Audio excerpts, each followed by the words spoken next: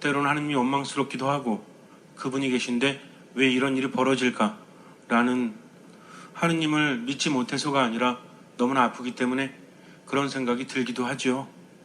그러나 하느님의 뜻으로서 그렇게 된 것이 아니라 인간이 그렇게 만들었다는 것, 그 다음에 하느님께서는 세상에 개입을 하실 때도 당신의 방식으로 우리에게 하신다는 것이죠. 우리가 순간 답답하고 너무나 억울하고 또 너무나 슬퍼서 때로는 신앙이라는 것에 대해서 회의를 갖기도 하지만 신앙은 어떤 면에서 아주 확실합니다. 하느님께서 인간을 구원하실 때도 단순한 방식이 아닌 하느님이 인간이 되셔서 십자가를 지시고 죽으셨다는 거죠. 이 방식은 인간적으로 이해가 되지 않는 거죠. 그렇지 않습니까? 하느님은 정말 전지전능하신 분인데 손가락 하나만 튀겨도 얼마든지 할 수 있는데도 불구하고 왜 그렇게 하셨겠습니까? 하느님이 인간보다 어리석어서? 그것이 아니라 인간사에 개입한다는 것이 결코 쉬운 일이 아니기 때문에 그래요. 모든 것에는 대가가 따릅니다. 하느님께서 하신다고 할지라도 이 세상이라는 것이 법에 따라 돌아가죠? 그렇지 않습니까? 해가 뜨고 달이 뜨고 지구가 도는 것도 우주의 법칙이라는 거죠. 법이라는 것은 단순히 교통법규를 지키거나 또는 민법을 지키거나 이런 것만 법이 아니라 모든 원리를 말합니다. 법이라는 것은 원리에서 시작되기 때문이죠. 해가 뜨면 낮이 되고요. 해가 지면 밤이 되는 것처럼 모든 것들이 원리에 따라서 그렇게 돌아가고 있다는 거죠.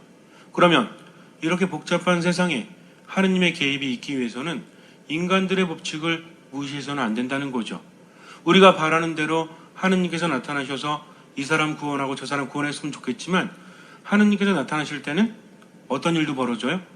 빛이 있는 곳에 어둠이 있을 수 없는 것처럼 하느님께서 당신의 전능하신 힘으로 개입하시게 되면 그런 사람들만 구할 수 있고 악인만 처벌받는 것이 아니라 우리 또한 어때요? 해가 뜨면 예를 들어서 우리가 추운 겨울날 눈을 많이 만들어 놓죠? 그래가지고 이제 눈 사람도 만들어 놓고 집도 만들어 놓고 이렇게 하는데 때로는 길이 좀 미끄러우니까 해가 떠가지고 이 길 좀 녹았으면 좋겠다 라고 생각을 하죠. 근데 해가 뜨면 길에 있는 눈만 녹는 것이 아니라 내가 만들어 놓은 모두 녹아요? 눈사람도 녹을 수밖에 없다는 거죠. 해가 떠가지고 여기 눈사람 어렵게 만든 거니까 이건 녹이지 말고 저 길에 있는 것만 녹여야 되겠다 라고 하면 얼마나 좋아요. 그러나 해가 뜨면 만든 것이든 쌓인 것이든 상관없이 눈이라는 것은 녹게 되어 있다는 것입니다. 하느님께서 오셔서 그들을 구해주시고 그런 일을 막으셨으면 좋겠지만 하느님께서 일단 나타나시면 모든 사람들이 마치 빛에 노출된 눈사람처럼 죄가 많은 사람들은 모두 녹아버린다는 거죠. 그래서 하느님께서는 어떻게 인간을 구원하셨어요? 스스로 인간이 되셔서. 왜냐하면 인간이 지은 죄는 누가 갚아야 되니까? 인간이 갚아야 되기 때문에 이 법칙을 여러분들 잊으셔서는 안 돼요. 그리고 하느님으로부터 벗어났기 때문에 뭐 때문에 벗어났다고 그랬죠? 선악과 따먹은 것 때문에? 그렇죠. 죄 때문에. 죄가 무엇입니까? 선악과를 따먹었다는 그 행위가 중요한 것이 아니라 하느님이 하지 말라는 것을 했다는 거죠. 이것은 무엇입니까? 하느님께 불순종했다는 거죠. 불순종은 어디서 나왔어요? 겸손이 아닌 교만에서 나왔다는 겁니다. 그래서 단순히 선악과를 따먹어서 우리가 원죄를 뒤집어 쓰고 이렇게 힘들다가 아니라 창조설화에서 우리에게 알려주고자 하는 것은 단순히 열매를 따먹은 죄가 아니라 인간의 죄는 무엇이다? 교만해서 하느님께 불순종했기 때문에 그 결과로 어떻게 됩니까? 하느님으로부터 멀어졌다는 거죠. 그래서 어디를 향해 갈 수밖에 없는 존재? 완전히 하느님으로부터 단절되는 것이 무엇입니까? 이게 죽음이라는 거예요. 단순히 육적인 죽음뿐만 아니라 영원하신 하느님 안에 머물지 못하는 완전한 단절이 뭐다? 이게 바로 지옥이요. 이것이 바로 죽음이라는 겁니다. 지옥은 어디 있을까요? 옛날 사람들은 이 땅속에 지옥이 있다고 그랬죠? 그래가지고 자꾸 파면 어떻게 된다? 마귀들이 튀어나온다. 그러니까 자꾸만 파면 안 된다. 그래가지고 옛날에는 땅도 잘 안 팠어요.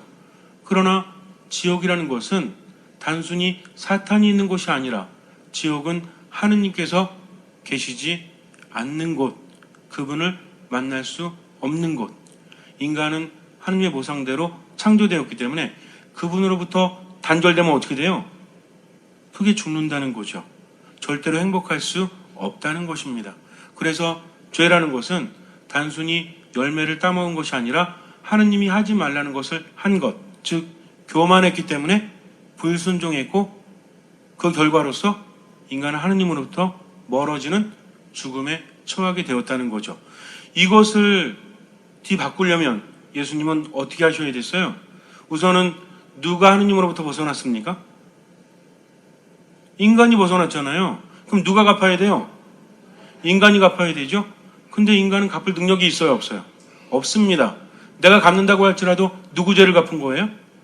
내 죄를 갚은 거죠. 그러니 모든 인간을 구원할 수 없으니 완전히 고결하고 순결하신 하느님이 인간이 되셨다는 거죠. 그래서 예수님은 죄가 있으십니까, 없으십니까? 죄가 없다는 거죠. 그래서 우리는 어떻게 기도해요? 뭐 말고는 우리와 똑같은 인간? 하느님은 죄 말고는 우리와 똑같은 인간이셨다.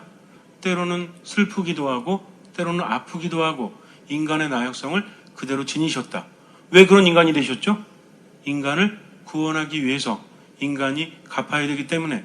그렇게 인간이 되신 예수님께서는 어떻게 인간을 하느님과 회복시키십니까? 이게 중요하다는 거죠. 우리가 여러 가지 말을 할 수 있지만 결국 인간은 교만했기 때문에 하느님께 불순종함으로 인해서 그분 안에 머물지 못하게 되었다고 했죠. 이것을 뒤집으면 예수님께서는 어떻게 하신다? 하느님께 순종하신다. 그리고 어떻게 합니까? 겸손하게 하느님께 순종함으로 인해서 인간이 죽음에 처하게 되었지만 이제 죽음에 처한 인간을 살리신다. 구원하신다는 겁니다. 그러니까 예수님께서는 하느님이셨지만 인간이 되셔서 인간을 구원하시고 이제 모든 것을 이루신다면 어떻게 하셔야 돼요? 하늘로 올라가십니다. 이제는 하느님 안에 있게 되신다는 거죠. 물론 그분은 원래 하느님이셨지만 그래서 예수님께서 떠나실 때 뭐라고 하세요? 이제 내가 어디로 간다? 나의 아버지요? 너희의 아버지. 나의 하느님이요? 너희의 하느님께로 간다라고 오늘 복음에서 말씀을 하십니다. 얼마나 기가 막힌 말인지 몰라요. 너희의 아버지, 너희의 하느님, 무슨 뜻입니까? 예전엔 하느님 안에 머물지 못했잖아요, 인간이. 그래서 하느님으로부터 멀어졌지만 이제는 하느님 안에 머물면서 그분의 은총을 받을 수 있게 되었다는 겁니다. 누구로 인해서? 예수님으로 인해서. 그래서 예수님께서는 단순히 이제 내가 아버지께 간다라고 말씀하지 않으세요.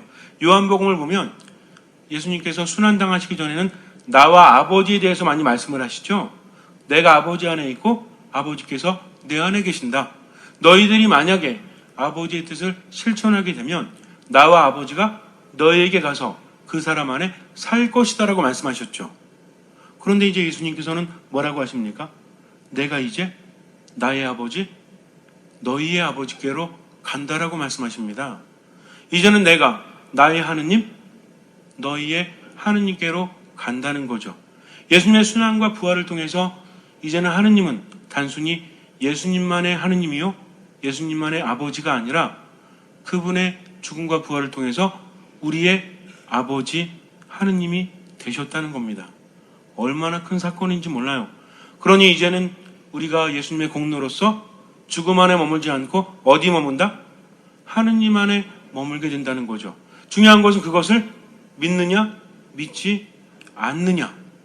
내가 신앙의 신비를 깨닫고 하느님께서 우리를 사랑하신다는 것과 예수님의 죽음과 부활을 통해서 우리 또한 하느님 안에 머물게 되었다는 믿음이 있다면 그 믿음이 무엇으로 드러나야 돼요?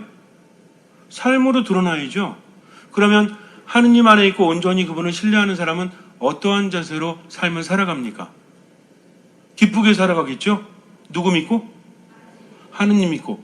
똥개도요, 어디서는 먹고 들어간대요? 지네 집 앞에서는.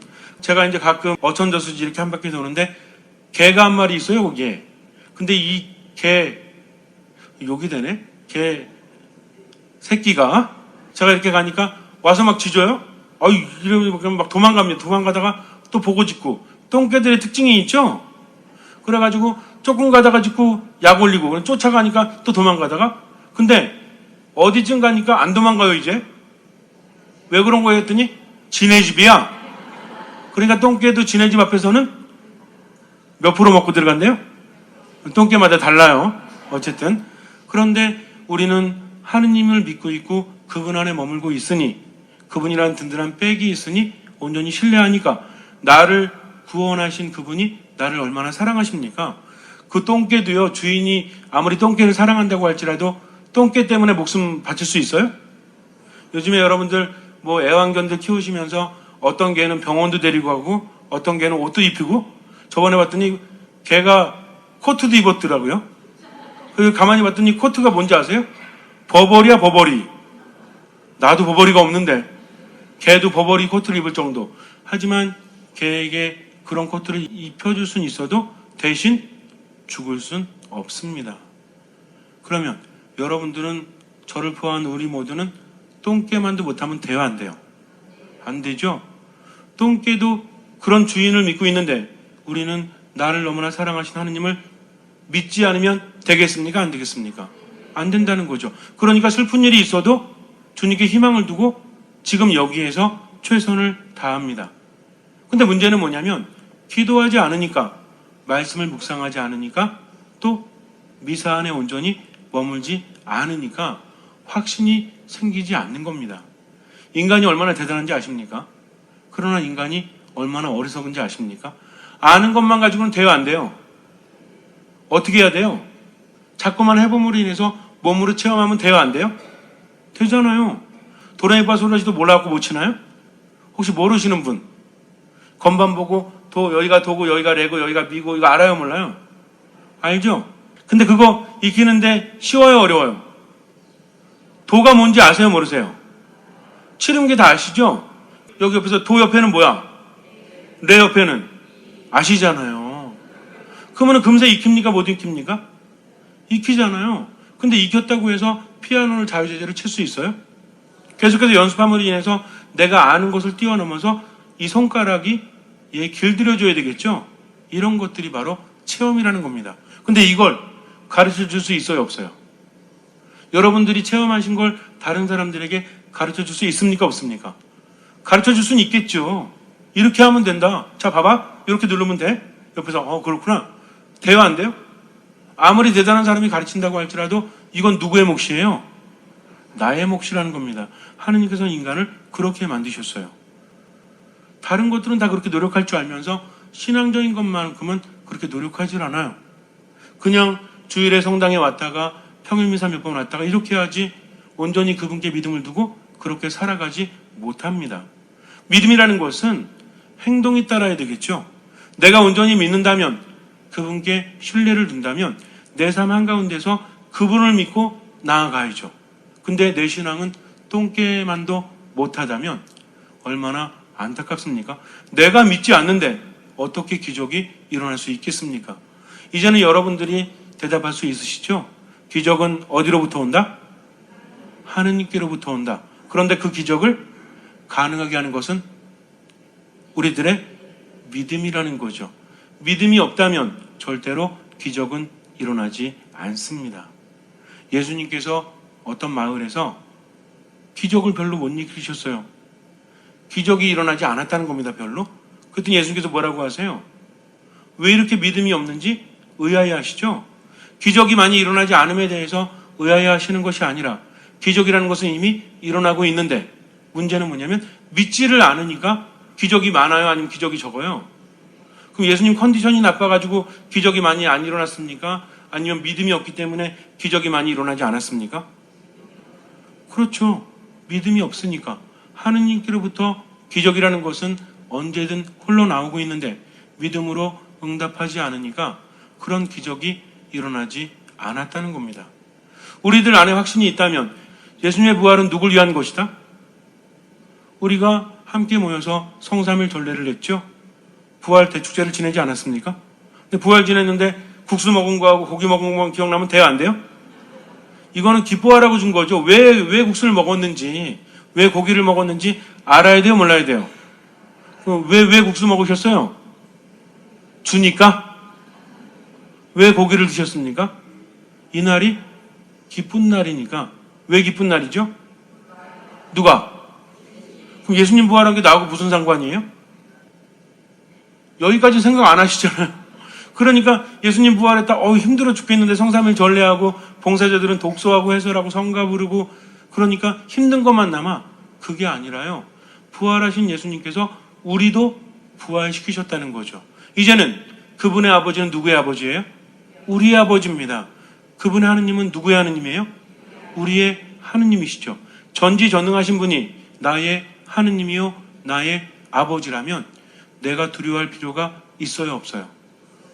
있어요? 물론 그 두려움은 경외겠죠. 경외. 이거 말고 내 앞에 있는 일이 두려워가지고 못하면 됩니까 안 됩니까? 안 된다는 겁니다.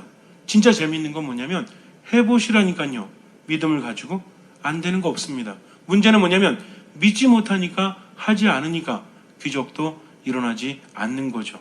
그렇게 믿음 생활하다 보면 체험이 생깁니까 안 생깁니까? 생기죠. 그래도 조금 알아야만 체험이 더 많이 생기겠죠. 내가 하느님을 체험하기 위해서는 누가 작아져야 돼요? 나의 판단이, 내 생각이 작아져야 한다는 겁니다. 그분의 말씀을 듣고 그 말씀대로 살아가다 보면 힘들기도 하지만 그분을 체험하게 된다는 거죠. 잠시 눈을 감으세요. 우리가 힘든 것은 온전히 신뢰하지 못하기 때문입니다. 의심하는 사람은 하느님께 나아갈 수 없죠. 의심하는 사람은 아무것도 받을 수 없다고 야고보 사도는 우리에게 말합니다. 의심하지 마십시오. 그러나 의심하지 않는 것도 참 힘들죠. 한 가지 기억하셔야 됩니다. 판단하지 마세요. 온전히 맡기도록만 노력하십시오. 그리고 기억하세요. 하느님의 도우심이 없이는 우리는 아무것도 할 수 없다. 그래서 믿음을 갖는 것도 하느님의 도우심이 있어야 한다는 거죠. 판단을 멈추고 기도하십시오. 말씀 안에 머무십시오. 미사에 충실하십시오. 주님께서는 그 믿음을 보시고 우리 삶에 놀라운 기적을 일으켜 주실 것입니다.